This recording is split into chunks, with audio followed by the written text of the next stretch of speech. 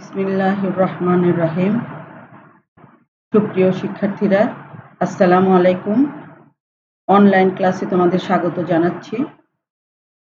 আজ তোমাদের সামষ্টিক অর্থনীতির একটা গুরুত্বপূর্ণ বিষয় ক্লাসিক্যাল আয় ও নিয়োগ তত্ত্ব, এটা নিয়ে আলোচনা করব। অ্যাডাম স্মিথ, রিকার্ডো থেকে শুরু করে 1936 সালে জন এম কিনসের the general theory of employment, interest and money বইটি প্রকাশিত হবার পূর্ব পর্যন্ত এই বিস্তৃত সময়ের মধ্যে বিভিন্ন অর্থনীতিবিদদের দ্বারা বিরচিত সামষ্টিক অর্থনীতির আয় ও নিয়োগ সংক্রান্ত সকল তত্ত্বকেই একত্রে ক্লাসিক্যাল তত্ত্ব বলা হয়। ক্লাসিক্যাল তত্ত্বে গৃহীত সিদ্ধান্তের মূল ভিত্তিগুলো হলো সমষ্টিগত অর্থনীতির ভারসাম্য সবসময়ই পূর্ণনিয়োগ স্তরে স্থির থাকবে। এর বিধির মূল বক্তব্য সবসময়ের জন্য সত্য হবে। মজুরি দামের নমনীয়তা তত্ত্ব প্রযোজ্য হবে। মুদ্রার সংখ্যাতত্ত্বের মূল কথাসমূহ সবসময়ের জন্যই প্রযোজ্য হবে। তত্ত্বের অনুমিতি সমূহ: উৎপাদনের একমাত্র উপকরণ শ্রম। শ্রম সমজাতীয় বা প্রতিটি শ্রমিক সমানভাবে দক্ষ। উৎপাদন ক্ষেত্রে ক্রমহ্রাসমান প্রান্তিক উৎপাদন বিধি কার্যকর। উৎপাদিত সকল পণ্য ভোগ এবং বিনিয়োগ ব্যয়ের আকারে বণ্টিত হয়। আর্থিক মজুরি ও প্রকৃত মজুরি সরাসরি ও আনুপাতিকভাবে সম্পর্কিত। অর্থের যোগান দেয় এবং অর্থের কোনো মজুদ থাকবে না। অর্থ কেবলমাত্র বিনিময়ের মাধ্যম হিসাবে বিবেচিত হবে। ব্যক্তি স্বাতন্ত্র্যবাদ প্রচলিত। অর্থনীতিতে পূর্ণ প্রতিযোগিতা বিরাজমান। সঞ্চয় ও বিনিয়োগের সমতা দ্বারা সুদের হার নির্ধারিত হয়, তবে নিয়োগ ক্ষেত্রে সুদের হারের ভূমিকা গৌণ। বদ্ধ অর্থনীতি বিরাজমান। উপরোক্ত অনুমিত শর্তের ভিত্তিতে ক্লাসিক্যাল তত্ত্বের মূল বক্তব্য আমরা একটা সামষ্টিক মডেলের সাহায্যে আলোচনা করব। আলোচনার সুবিধার জন্য মডেলটাকে 3 ভাগে ভাগ করা হয়েছে: 1 শ্রম বাজার, 2 মুদ্রা বাজার, 3 দ্রব্য বাজার। প্রথমে শ্রম বাজার নিয়ে আলোচনা করা যাক। শ্রম বাজারের নির্ধারণী শক্তি দুটো: 1 শ্রমের চাহিদা, 2 শ্রমের যোগান। এ দুটো নির্ধারণী শক্তির ভারসাম্যই শ্রম নিয়োগ ও মজুরি নির্ধারণ করে। শ্রমের চাহিদা কোত্থেকে পাওয়া যায়? শ্রমের চাহিদা আসে নিয়োগকারী শিল্পপতি বা পুঁজিপতির কাছ থেকে। ধরা যাক উৎপাদন অপেক্ষক y সমান ফাংশন অফ n, যেখানে y ও n যথাক্রমে উৎপাদন এবং নিয়োগ বা শ্রমের পরিমাণ f গাণিতিক চিহ্ন। অপেক্ষকটির প্রথম ও দ্বিতীয় অন্তরীক যথাক্রমে dy/dn > 0 এবং d²y/dn² <= 0। উপরোক্ত উৎপাদন অপেক্ষককে যদি রেখাচিত্রে প্রকাশ করা যায়, তবে yn রেখা পাওয়া যাবে। রেখাটি বাম দিক থেকে ডান দিকে ঊর্ধ্বগামী, তবে ঢাল ক্রমান্বয়ে কমছে। এই রেখার ঢালই আবার শ্রমিকের প্রান্তিক উৎপাদন, যা খ চিত্রে MPL রেখা দ্বারা দেখানো হয়েছে। এই MPL রেখাটি আবার একই সাথে শ্রমের চাহিদা রেখাও প্রকাশ করে, কেননা যেহেতু বেশি শ্রমিক নিয়োগ করার সাথে সাথে শ্রমের প্রান্তিক উৎপাদন বা MPL কমতে থাকে, সেহেতু নিয়োগকর্তা প্রকৃত মজুরি কমলেই কেবল বেশি শ্রমিক নিয়োগ করতে চাইবে। অন্য কথায়, শ্রমের চাহিদা প্রকৃত মজুরির অপেক্ষক বা DL সমান ফাংশন অফ W, যেখানে DL আমরা আগেই দেখেছি শ্রম নিয়োগের চাহিদা এবং W প্রকৃত মজুরি F ফাংশন। অপেক্ষকটির প্রথম অন্তরীক DDL/DW লেস দেন 0, অর্থাৎ প্রকৃত মজুরি কমলে নিয়োগের চাহিদা বাড়বে, প্রকৃত মজুরি বাড়লে শ্রম নিয়োগের চাহিদা কমবে। আবার শ্রমের চাহিদা নির্ণীত হয় শ্রমের প্রান্তিক উৎপাদন এবং প্রকৃত মজুরি সমতার দ্বারা। ক্রমহ্রাসমান প্রান্তিক উৎপাদন বিধির কারণে প্রকৃত মজুরির সাথে শ্রমের প্রান্তিক উৎপাদন এবং শ্রম নিয়োগের চাহিদার বিপরীত সম্পর্ক থাকায় রেখাটি বাম থেকে ডান দিকে নিম্নগামী হবে। কাজেই MPL সমান DL রেখাটি একই সাথে শ্রমের প্রান্তিক উৎপাদন এবং নিয়োগকারীর শ্রম নিয়োগের চাহিদার চিত্ররূপ প্রকাশ করছে। এবার দেখা যাক শ্রমের যোগান বলতে কি বোঝায়। শ্রমের যোগান আসে সাধারণ শ্রমিকদের মধ্য থেকে। শ্রমের যোগান নির্ভর করে প্রকৃত মজুরির উপর। প্রকৃত মজুরি বাড়লে শ্রমের যোগান বাড়বে, অর্থাৎ নতুন শ্রমিক কাজ করতে আসবে এবং পুরাতন শ্রমিকরাও যথাসম্ভব বেশি কাজ করবে। সমীকরণে বিষয়টা প্রকাশ করতে পারি আমরা এভাবে: SL সমান N সমান ফাংশন অফ W, যেখানে SL বা N শ্রম নিয়োগের পরিমাণ, W প্রকৃত মজুরি, F গাণিতিক সম্পর্ক এবং অপেক্ষকটির প্রথম অন্তরীক DN/DW গ্রেটার দেন 0। এই ধরনের সমীকরণকে যদি রেখাচিত্রে প্রকাশ করা যায় তাহলে বাম থেকে ডান দিকে ঊর্ধ্বগামী রেখা পাওয়া যাবে, যা চিত্রে SL রেখা দ্বারা দেখানো হয়েছে। ক্লাসিক্যাল তত্ত্বে অর্থনীতিতে পূর্ণ প্রতিযোগিতা ধরে নিয়ে প্রমাণ করা হয়েছে যে শ্রমের বাজারে সবসময় ভারসাম্য থাকবে। আবার সম্পূর্ণ নমনীয় মজুরি ধরে নিয়ে প্রমাণ করা হয়েছে যে সেই ভারসাম্যে সবসময় পূর্ণ নিয়োগ থাকবে। অর্থাৎ ক্লাসিক্যাল তত্ত্ব অনুযায়ী এ ভারসাম্য হচ্ছে স্থায়ী ও পূর্ণ নিয়োগের ভারসাম্য। যদি কোনো কারণে ভারসাম্য নষ্ট হয়, যেমন প্রকৃত মজুরি যদি ভারসাম্য মজুরির চেয়ে বেড়ে যায়, তবে শ্রমের যোগান শ্রম নিয়োগের চাহিদার চেয়ে বেশি হবে, ফলে অর্থনীতিতে বেকারত্বের সৃষ্টি হবে। কিন্তু তাৎক্ষণিক বেকার শ্রমিকদের মধ্যে কাজের জন্য তীব্র প্রতিযোগিতা হবে এবং মজুরি হারের নমনীয়তার জন্য মজুরি কমতে থাকবে ভারসাম্য মজুরিতে না আসা পর্যন্ত। আবার প্রকৃত মজুরি ভারসাম্য মজুরির চেয়ে কমে গেলে শ্রমের যোগানের চেয়ে শ্রমের চাহিদা বেশি হবে। নিয়োগকারীদের মধ্যে শ্রমিক নিয়োগের জন্য প্রতিযোগিতা শুরু হবে এবং মজুরির নমনীয়তার জন্য মজুরি বাড়তে শুরু করবে এবং ভারসাম্যে না পৌঁছা পর্যন্ত মজুরি বাড়তে থাকবে। অন্যভাবে বলা যায়, মজুরির হার সম্পূর্ণ নমনীয় হলেই যখনই অর্থনীতিতে প্রচলিত মজুরিতে শ্রমের অতিরিক্ত সরবরাহ দেখা দিবে, অর্থাৎ শ্রমের যোগান শ্রম নিয়োগের চাহিদার চেয়ে বেশি হবে, তখনই মজুরি কমে যাবে এবং নতুন একটা ভারসাম্যে পুনরায় মজুরি স্থির হবে এবং এ ভারসাম্য হবে পূর্ণ নিয়োগের। আবার ভারসাম্য মজুরিতে শ্রমের অতিরিক্ত চাহিদার সৃষ্টি হলে, অর্থাৎ শ্রম নিয়োগের চাহিদা শ্রমের যোগানের চেয়ে বেশি হলে মজুরির হার বেড়ে যাবে এবং নতুন ভারসাম্যে গিয়ে স্থির হবে এবং সে ভারসাম্য হবে পূর্ণ নিয়োগের। এ তত্ত্বে পূর্ণ নিয়োগ বলতে বোঝায় প্রচলিত মজুরির হারে বা ভারসাম্য মজুরিতে যারা কাজ করতে সমর্থ, কাজ করতে ইচ্ছুক এবং কাজ খুঁজছে, তারা সবাই কাজ পাবে। বেকারত্ব বলতে অসমর্থ, সাময়িক বা অনিচ্ছাকৃত বেকারত্ব বোঝায়, যা পূর্ণ নিয়োগ স্তরেও থাকতে পারে। এবার আসা যাক মুদ্রা বাজার সম্পর্কে। ক্লাসিক্যাল তত্ত্বে মুদ্রা বাজারে দ্রব্যমূল্য নির্ধারিত হয় সংখ্যাতত্ত্বের সর্বপ্রাচীন ভাষ্য ফিশারের বিনিময় সমীকরণ অনুযায়ী।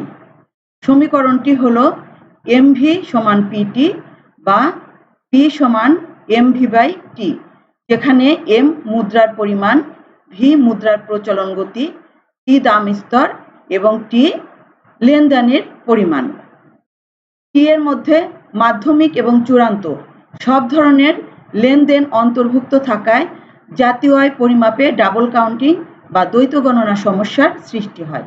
এজন্য বিশেষ অবস্থায় শুধু চূড়ান্ত দ্রব্যের লেনদেন ধরে T এর স্থলে প্রকৃত জাতীয় আয় Y নিলে সমীকরণ দাঁড়ায় MV সমান PY।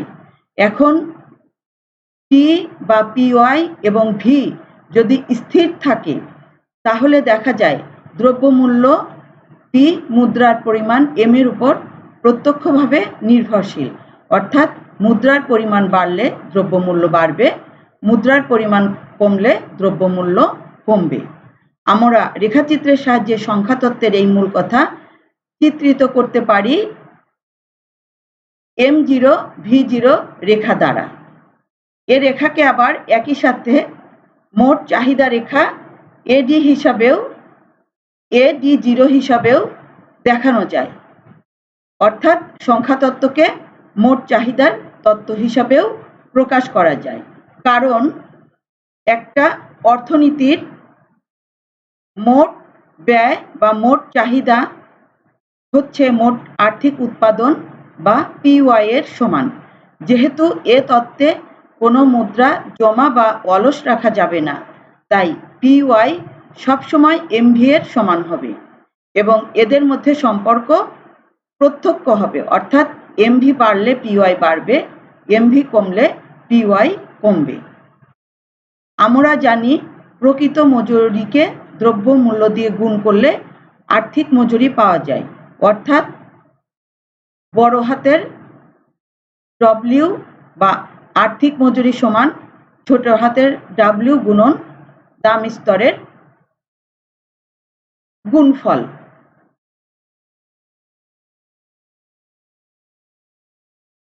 দুই নম্বর চিত্রে W0 সমান W বা P0 রেখাটি প্রকৃত মজুরি রেখা দেখাচ্ছে।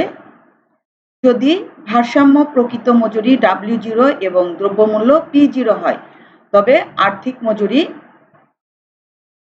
W0 পাওয়া যায়। এবার দ্রব্যবাজার। ক্লাসিক্যাল তত্ত্বে দ্রব্যবাজারের ভারসাম্য নির্ধারণী চলক সুদের হার R দ্বারা ভারসাম্য সঞ্চয় এবং ভারসাম্য বিনিয়োগ নির্ধারিত হয়। অন্য বাজারের মতো এ বাজারেরও দুটো নির্ধারণী শক্তি আছে, চাহিদা এবং যোগান। বিনিয়োগ চাহিদাকে এবং সঞ্চয় যোগানকে প্রতিনিধিত্ব করে। এ তত্ত্বে বিনিয়োগ নির্ভর করে সুদের হারের উপর এবং এদের মধ্যে সম্পর্ক বিপরীত, অর্থাৎ সুদের হার কমলে বিনিয়োগ বাড়ে, সুদের হার বাড়লে বিনিয়োগ কমে, কারণ বিনিয়োগকারীর কাছে সুদের হার ব্যয়ের অঙ্ক। বীজগণিতের ভাষায় R সমান ফাংশন অফ I সমান ফাংশন অফ R, যেখানে I বিনিয়োগ, R সুদের হার এবং অপেক্ষকটির প্রথম অন্তরীক DI/DR লেস দেন 0। এ ধরনের সমীকরণকে যদি রেখাচিত্রে প্রকাশ করা যায় তাহলে বাম থেকে ডান দিকে নিম্নগামী রেখা পাওয়া যাবে, যা চিত্রে IR রেখা দ্বারা দেখানো হয়েছে। অন্যদিকে সুদের হার সঞ্চয়কে সরাসরি প্রভাবিত করে, অর্থাৎ সুদের হার বাড়লে সঞ্চয় বাড়বে, সুদের হার কমলে সঞ্চয় কমবে, কারণ সুদের হার সঞ্চয়কারীর জন্য লাভের অঙ্ক। বীজগণিতের ভাষায় S সমান ফাংশন অফ R, যেখানে S সঞ্চয়, R সুদের হার এবং অপেক্ষকটির প্রথম অন্তরীক DS/DR গ্রেটার দেন 0। এ ধরনের সমীকরণকে যদি রেখাচিত্রে প্রকাশ করা যায় তাহলে বাম থেকে ডান দিকে ঊর্ধ্বগামী রেখা পাওয়া যাবে, যা চিত্রে SR রেখা দ্বারা দেখানো হয়েছে। বিনিয়োগ ও সঞ্চয় পরস্পর সমান হলে দ্রব্যবাজারে ভারসাম্য হবে এবং এ ভারসাম্যে সুদের হার সঞ্চয় ও বিনিয়োগের পরিমাণ নির্ধারিত হবে। সমীকরণে ক্লাসিক্যাল মডেল। ক্লাসিক্যাল মডেলে শ্রম বাজারের সাথে জড়িত চলকসমূহকে বলা হয় প্রকৃত চলক এবং মুদ্রা বাজারের সাথে জড়িত চলকসমূহকে বলা হয় আর্থিক চলক। সরকারি হস্তক্ষেপের অনুপস্থিতিতে পূর্ণ প্রতিযোগিতা বিরাজমান থাকলে উভয় বাজারে একযোগে ভারসাম্য অর্জিত হয় এবং চলকগুলোর মান নির্ধারিত হয়।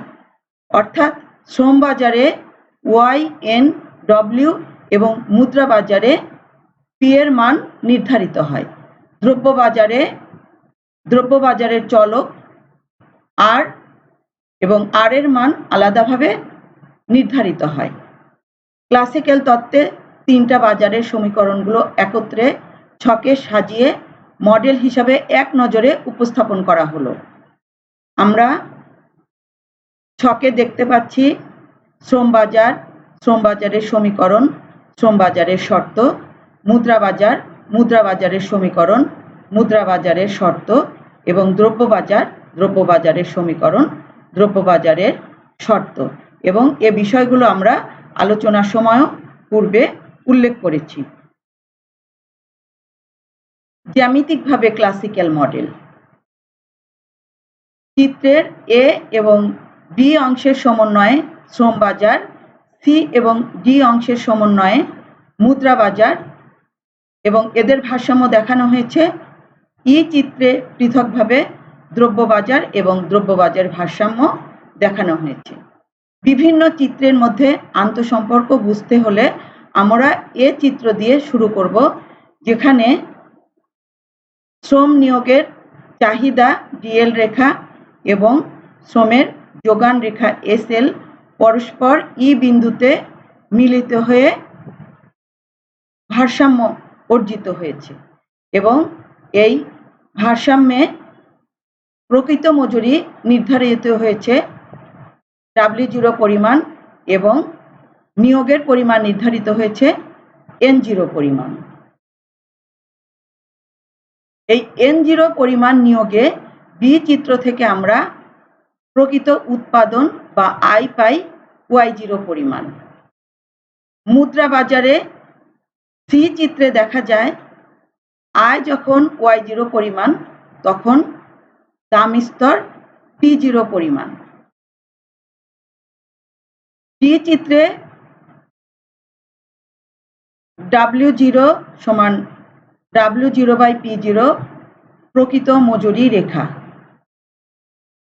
এখন এ চিত্র থেকে আমরা প্রকৃত মজুরি পাচ্ছি W0 পরিমাণ এবং সি চিত্র থেকে দাম স্তর পাচ্ছি P0 পরিমাণ। তাহলে আমরা আর্থিক মজুরি পাচ্ছি বড় হাতের W0 পরিমাণ, যা ডি চিত্রে দেখানো হয়েছে। সর্বশেষ ই চিত্রে সঞ্চয় রেখা এবং বিনিয়োগ রেখা পরস্পর এ বিন্দুতে মিলিত হয়ে দ্রব্য বাজারে আলাদাভাবে ভারসাম্য অর্জন করেছে এবং এই ভারসাম্যে সুদের হার R0 পরিমাণ এবং বিনিয়োগ ও সঞ্চয় বা S0 পরিমাণ সঞ্চয় এবং I0 পরিমাণ বিনিয়োগ নির্ধারিত হয়েছে। এবারে ক্লাসিক্যাল মডেলের সমালোচনা। অর্থনীতিবিদ কিনস এবং কিনিসিয়ান অর্থনীতিবিদরা ক্লাসিক্যাল তত্ত্বের কঠোর সমালোচনা করেছেন। 1930-এর দশকে মার্কিন অর্থনীতিতে যে ভয়াবহ মন্দা ও বেকারত্ব দেখা যায় তারই ফলে কিনসের কাছে ক্লাসিক্যাল তত্ত্বের অসারতা ধরা পড়ে। এ তত্ত্বের উল্লেখযোগ্য ব্যর্থতাগুলো হলো: 1. কিনসের মতে অর্থনীতিতে ভারসাম্য থাকলেই পূর্ণ নিয়োগ থাকতে হবে। ক্লাসিক্যাল তত্ত্বের এ যুক্তি সঠিক না। পূর্ণ নিয়োগ ছাড়াও ভারসাম্য থাকতে পারে। তিনি স্বয়ংক্রিয় উপায়ে নিয়োগ নির্ণয়ের পদ্ধতিকে অবাস্তব বলে মনে করেন। তার মতে সমাজে মোট চাহিদার অভাবের কারণে সরকারি হস্তক্ষেপ ছাড়া পূর্ণ নিয়োগের ভারসাম্য নির্ণয় করা সম্ভব নয়। আবার শ্রমের বাজারে পূর্ণ প্রতিযোগিতা না থেকে অপূর্ণ প্রতিযোগিতা বিরাজ করতে পারে, আর অপূর্ণ প্রতিযোগিতা বিরাজ করলে এ তত্ত্বের মূল ভিত্তি ভেঙে পড়ে। 2. আর্থিক মজুরি সম্পূর্ণ নমনীয় না হয়ে অনমনীয় হতে পারে, কেননা কিনসের মতে শ্রমিকদের অর্থমায়া প্রবল, তাই তারা আর্থিক মজুরি ইচ্ছেমতো কমাতে দিবে না, প্রয়োজনে ন্যূনতম মজুরি আইন কার্যকর করবে। আর মজুরি অনমনীয় হলে পূর্ণ নিয়োগ অর্জন নয়, বরং অর্থনীতিতে বেকারত্ব দেখা দিতে পারে। 3. এ তত্ত্বে মুদ্রা বাজারে লেনদেনের জন্য মুদ্রার চাহিদাকে বিবেচনা করা হয়েছে, কিন্তু কিনসের মতে লেনদেন ছাড়াও মুদ্রা ফটকা উদ্দেশ্যে ব্যবহৃত হতে পারে। 4. ক্লাসিক্যাল তত্ত্বে দ্রব্য বাজারে সঞ্চয় ও বিনিয়োগ সুদের হারের উপর নির্ভর করে, কিন্তু কিনস একে অস্বীকার করে বলেন সঞ্চয় ও বিনিয়োগ শুধুমাত্র সুদের হারের উপর নয়, অন্যান্য উপাদান যেমন আয়ের উপরও নির্ভর করে। 5. ক্লাসিক্যাল অর্থনীতিবিদগণ দীর্ঘকালীন প্রেক্ষাপটে বক্তব্য প্রদান করেছেন, কিন্তু কিনসের মতে দীর্ঘকালে আমরা সবাই মৃত। ক্লাসিক্যাল অর্থনীতিবিদদের উচিত ছিল স্বল্পকালীন প্রেক্ষাপটে বক্তব্য প্রদান করে তার ভিত্তিতে দীর্ঘকালের দিকে অগ্রসর হওয়া। উপরোক্ত সমালোচনা সত্ত্বেও বলা যায় ক্লাসিক্যাল তত্ত্বের যুক্তি অত্যন্ত জোরালো এবং সঙ্গত, কেননা মূলত ক্লাসিক্যাল অর্থনীতিবিদদের বক্তব্যের উপর ভিত্তি করেই সামষ্টিক অর্থনৈতিক বিশ্লেষণ গড়ে উঠেছে এবং দিনে দিনে তা বিকশিত হয়েছে এবং হচ্ছে। সুপ্রিয় শিক্ষার্থীরা, তোমরা বাসায় থাকবে, স্বাস্থ্যবিধি মেনে চলবে, নিরাপদে থাকবে। সবাইকে ধন্যবাদ।